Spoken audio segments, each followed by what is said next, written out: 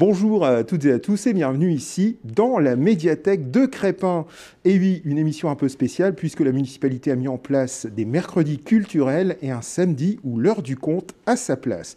Et nous sommes ici avec Guillaume Pichon, le responsable de la cyberbase, du service informatique ici de cette cyberbase. Alors, dis-nous tout Guillaume, qu'est-ce qu'une cyberbase? Qu'est-ce qu'on y trouve? Et surtout, qui peut venir et quels sont les horaires? Dis-nous tout. Eh bien, bonjour. À la médiathèque de Crespin, donc, on peut y trouver les livres de la bibliothèque, on y trouve la cyberbase, donc les activités informatiques, donc, que ce soit l'apprentissage pour les débutants ou pour venir en usage libre. Tout ce qui est également pour vous aider dans vos démarches administratives, parce que maintenant énormément de démarches se font par Internet, donc les gens ont besoin de plus en plus de notre aide.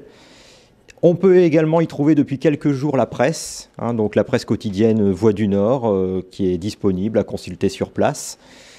Et donc, ces nouvelles activités mises en place avec la commission culture de la municipalité, donc, qui ont démarré l'année dernière, en décembre, le mercredi, et en apothéose la semaine dernière, donc avec un bel atelier sur le thème du Lego, et l'heure du conte qui a lieu le samedi matin, donc une fois par mois.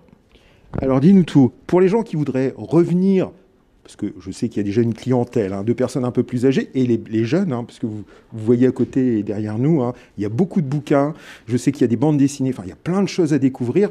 Alors dis-nous tout, pour les gens qui voudraient venir, c'est quoi les modalités et puis quels sont les horaires? Les horaires, nous sommes ouverts donc, du lundi au vendredi de 10h à midi et de 13h à 18h, et le samedi matin de 10h à midi. Donc pour les Crépinois, il y a une cotisation de 5 € pour les adultes et 2 € pour les enfants. Donc c'est vraiment une petite cotisation pour tout ce qui est livre, et 10 € et 5 € pour la partie informatique. Voilà, donc sachant que les activités qui se font sur place, elles sont gratuites. Donc si vous venez simplement pour consulter le journal, pour vous installer à l'ordinateur pour une démarche administrative, regarder ses mails, ça c'est gratuit. Donc voilà, et les activités aussi sont gratuites pour les enfants sur inscription, bien sûr. Voilà qui est dit, vous voyez avec Guillaume Pichon, on a toutes les informations, et n'oublions pas Sabine. Sabine qui est là aussi tous les jours quasiment, ou plusieurs jours. Alternance. Voilà, en alternance. Et donc, par contre, bien sûr, avec les mesures sanitaires qui nous sont imposées, donc le pass sanitaire est obligatoire pour venir à la médiathèque pour l'instant. Eh oui, c'était important de le préciser. En tout cas, Guillaume, toi qui es aussi à l'initiative, on va citer Madame Manino, puisque de nouvelles activités ont été mises en place par la responsable donc adjointe ici à la culture. Ce sont les mercredis culturels. Et notamment, mercredi dernier, la visite du médiateur du patrimoine du Forum antique de Bavay, là aussi, pour une animation avec les enfants. Alors, une animation Lego, Oui, Lego, donc autour du forum de Bavay, donc avec, vous allez le découvrir, plein de belles choses à voir, et puis ça permet d'apprendre en s'amusant sur l'histoire de l'Antiquité et de notre région. Et oui, voilà, vous allez regarder un reportage qui va vous cultiver et qui va vous apprendre pas mal de choses. Allez, c'est parti avec le responsable, le médiateur du patrimoine pour le Forum antique de Bavay.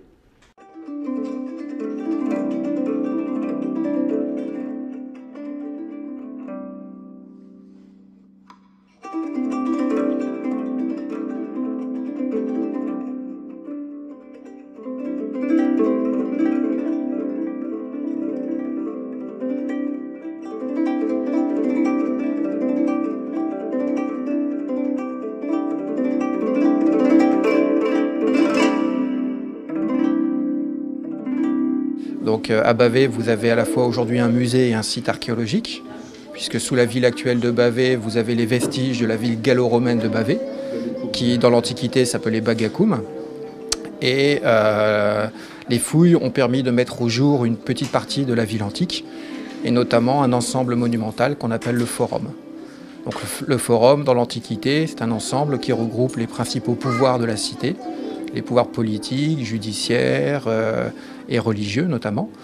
Et le Forum antique de Bavay, aujourd'hui, est à ce jour l'un des plus grands forums romains découverts en France, et le seul dont le plan soit complet aujourd'hui.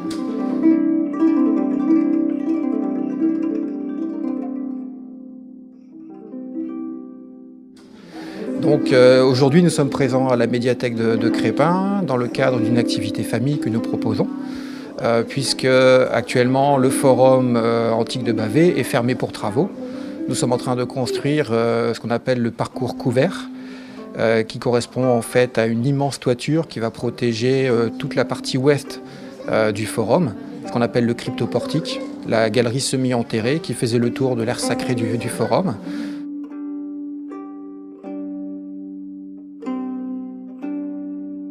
Donc nous proposons en fait aux enfants, à travers une maquette qui correspond à une partie de ce forum, de faire revivre en fait le quartier de la ville.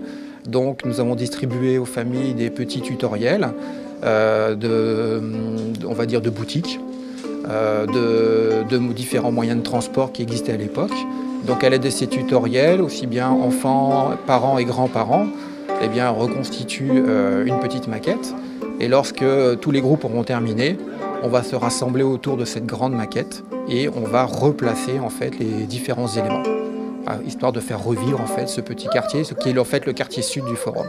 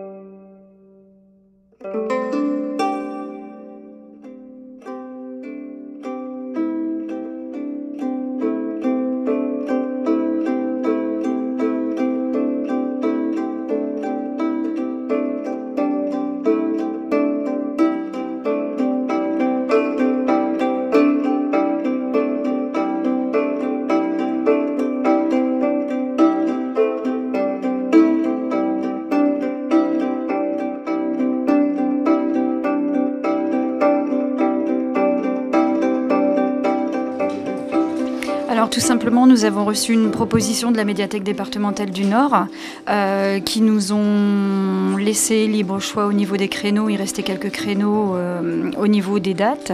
Et donc pour ces mercredis culturels, donc j'ai réservé un créneau qui a eu du succès donc sur inscription. Une prochaine séance aura lieu le 9 mars, étant donné qu'il y a des personnes qui sont arrivées tout à l'heure et qui n'étaient pas inscrits. Donc maintenant, se sont pré-inscrits pour la séance du 9 mars. On a rajouté une date avec Monsieur de Buiseur pour qu'on puisse refaire une nouvelle séance sur le forum des Bavés.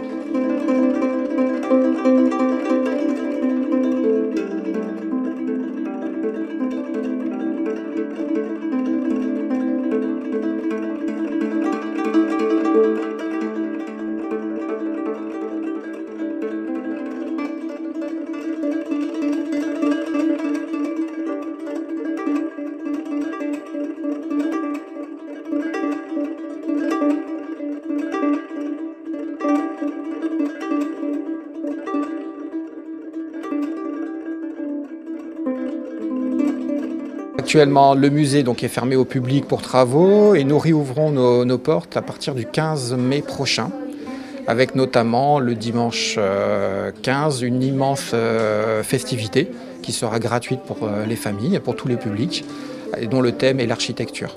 Donc vous allez pouvoir visiter le nouveau parcours couvert, le site archéologique, les collections du musée, que ce soit la collection permanente ou la nouvelle exposition sur la mode, on va dire, vestimentaire à l'époque gallo-romaine. Bon, nous vous attendons nombreux, d'autant que la journée sera entièrement gratuite pour tout le monde. Bonjour à toutes et à tous, moi c'est Vincent et je vous souhaite la bienvenue dans Le Moment Pro, le magazine de l'emploi dédié aux professionnels et aux recruteurs. Pour continuer à mieux comprendre la mission et les engagements de Pôle emploi vis-à-vis des recruteurs, nous avons le plaisir d'accueillir Catherine Poux, directrice des services entreprises de Pôle emploi. Bonjour Catherine Poux. Bonjour.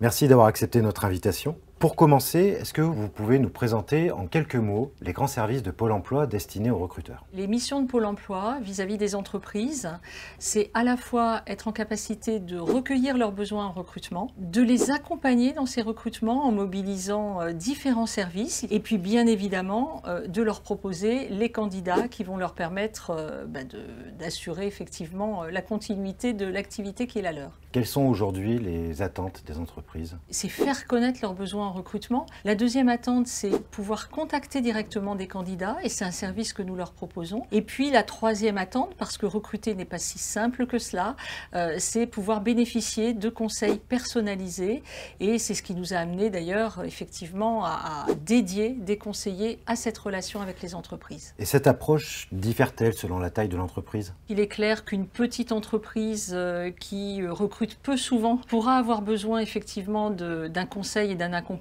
un peu différent.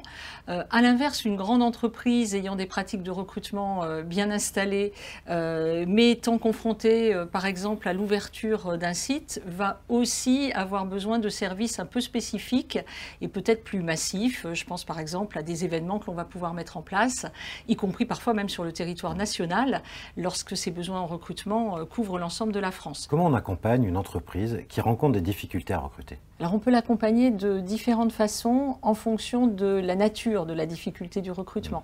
Il peut s'agir d'un problème d'attractivité, du secteur, de l'entreprise, du métier en tant que tel, et on va pouvoir mobiliser différents leviers qui vont permettre de faire connaître les atouts de la profession ou du métier. Ça peut être des événements, #TousMobilisés, ça peut être une immersion professionnelle pour découvrir le métier dans l'entreprise, ça peut être l'ouverture de ses portes, tout simplement, sur une journée dédiée. Et puis, il peut y avoir des difficultés qui nécessitent un petit peu plus de temps pour les traiter.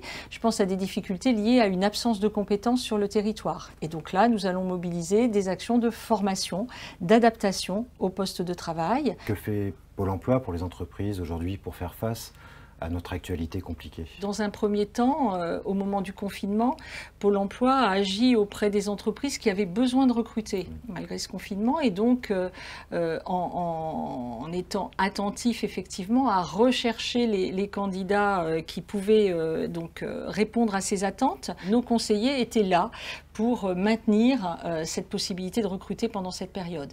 Et puis, depuis effectivement que l'activité reprend d'ailleurs, assez récemment, nous sommes là à la fois pour pouvoir renseigner les entreprises sur les obligations qui peuvent être les leurs par rapport aux conditions sanitaires à respecter, y compris en faisant le lien avec les sites gouvernementaux sur le sujet, et puis bien évidemment pour accompagner les demandeurs d'emploi dans ce cadre-là. Quels sont les grands enjeux sur lesquels Pôle emploi devra accompagner les entreprises dans un futur proche, mais aussi à moyen terme? Nous avons deux grands enjeux aujourd'hui. Le premier, c'est accélérer les recrutements. On se le disait tout à l'heure, un certain nombre de secteurs d'activité recrutent à nouveau de façon forte. Et il est important que Pôle emploi soit au rendez-vous de ces besoins en recrutement pour soutenir la dynamique à la fois économique des entreprises, en leur trouvant les candidats qu'elles attendent, mais aussi pour faire en sorte que cette reprise économique bénéficie à la majorité des demandeurs d'emploi. Le second enjeu, c'est parce que les métiers évoluent, c'est d'être là aussi aux côtés des entreprises pour leur proposer les solutions en termes de formation. Il est important là aussi qu'on les aide à mobiliser ces dispositifs ou les dispositifs d'ailleurs, je dirais, publics, tels que les différents contrats aidés qui existent. Donc voilà, pour nous, c'est deux enjeux importants. Pour finir, si vous deviez donner une bonne raison à une entreprise de collaborer avec Pôle emploi pour son futur recrutement? Collaborer avec Pôle emploi, c'est d'une part avoir à disposition un grand nombre de services en ligne sur pôle emploi.fr, mais aussi sur des applications telles que la bonne compétence professionnelle. Et au-delà de ça, surtout, c'est la présence des 5000 conseillers dédiés à la relation entreprise dont nous avons parlé. Ça veut dire effectivement un conseiller de proximité dans l'agence locale qui est la sienne, qui connaît le marché du travail local et qui pourra, avec elle, identifier là ou les solutions qui vont être adaptées à son besoin de recrutement. Merci Catherine Poux. Merci à vous. Nous sommes de retour ici à la cyberbase de Crespin, toujours avec son responsable Guillaume Pichon, et nous allons parler du réaménagement de cette cyberbase. Alors Guillaume, dis-nous tout parce qu'il va se passer plein de choses ici à la cyberbase de Crespin. Alors depuis la fin de l'année dernière, nous avons commencé à réaménager un peu les lieux, donc avec la mise en place d'une salle de réunion et d'archives à l'étage pour entreposer les archives crépinoises, notamment avec Crespin Memoria. Nous avons réaménagé aussi donc au rez-de-chaussée toute la partie livres avec l'espace enfant qui a été aménagé, les romans qui ont été reclassés d'une nouvelle façon afin de dégager de la place en fait pour l'espace enfant. Et donc au niveau informatique, nous allons prochainement avoir de nouveaux postes informatiques, notamment ordinateurs portables et tablettes. Et donc nous avons également des liseuses en prêt donc, pour les lecteurs au niveau de la bibliothèque, donc, qui nous sont prêtées par la médiathèque départementale. Donc on essaye de se mettre un peu au goût du jour, on va dire, par rapport aux autres médiathèques qui peuvent y avoir dans le secteur. Et nous sommes aussi en train de travailler avec Valenciennes Métropole donc sur un projet de mise en réseau des médiathèques dans le département, dans l'arrondissement. Voilà. Et donc, pour l'instant, on en est à la phase d'étude, mais je participe régulièrement aux réunions à Valenciennes Métropole avec les autres médiathèques pour justement avancer sur ce sujet. Eh bien voilà qui est dit, hein. Vous avez compris que la médiathèque s'avançait ici, la médiathèque cyberbase de Crespin, donc pas mal de réaménagements, pas mal de changements, d'achat de nouveaux matériels. Enfin, vous allez voir, ça va devenir, je pense, quelque chose de très très moderne. Voilà Guillaume. Alors, nous sommes ici aussi pour l'heure du conte. L'heure du conte, médiathèque cyberbase de Crespin, l'heure du conte, instituée par... instaurée même par Madame Manino, l'adjointe à la culture de la ville de Crespin. Et vous allez voir, parce que Madame Manino n'est pas seulement adjointe, mais vous allez voir qu'elle donne d'elle-même, puisque vous allez la voir raconter l'histoire, une histoire sur la galette des rois. C'est parti, l'heure du conte, c'était samedi dernier à la médiathèque de Crespin.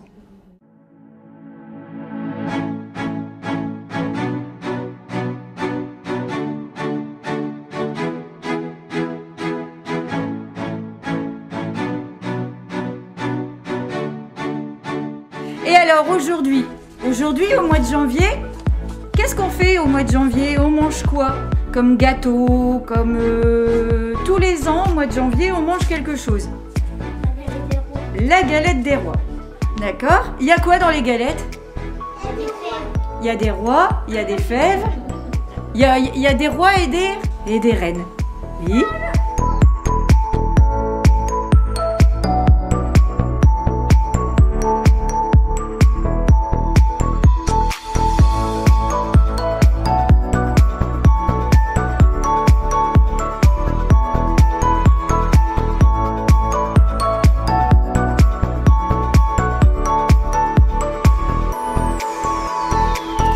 Qu'est-ce qu'on voit?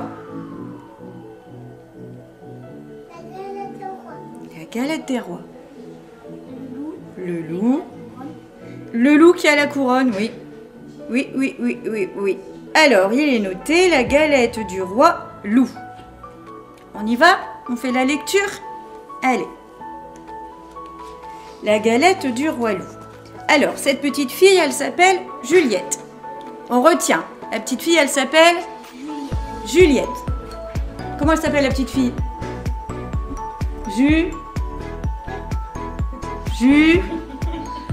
Juliette. D'accord? On y va. Juliette, une fillette à soquette, très gourmande, prépare une galette avec de la farine, des œufs et de la pâte d'amande. Donc, elle prépare la galette. D'accord?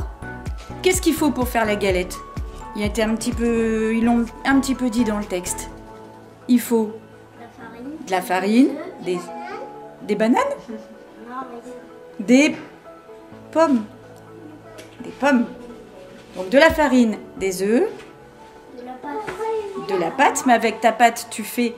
Avec la farine et les œufs, tu fais ta pâte, d'accord? Et après, il faut des pommes. Les pommes, on fait une compote de pommes, ou de frangipane, mais la frangipane, c'est autre chose. Et là, je pense qu'elle va faire avec la frangipane, parce qu'on ne parle pas de pommes. On verra bien. Pâte d'amande. Donc avant de la cuire dans le four, Juliette glisse dedans un beau caillou peint en doré Cela fait une belle fève en vérité. D'accord? Donc Juliette, elle est là. Elle va aller mettre sa galette au four. Et dans sa main, elle a son caillou doré. D'accord? Et elle est dans quelle pièce? Dans la cuisine. Dans la cuisine. Juliette découpe une couronne en carton. Elle enfile sa casquette et son blouson. Juliette est prête. Elle claque la porte de sa maison. D'accord?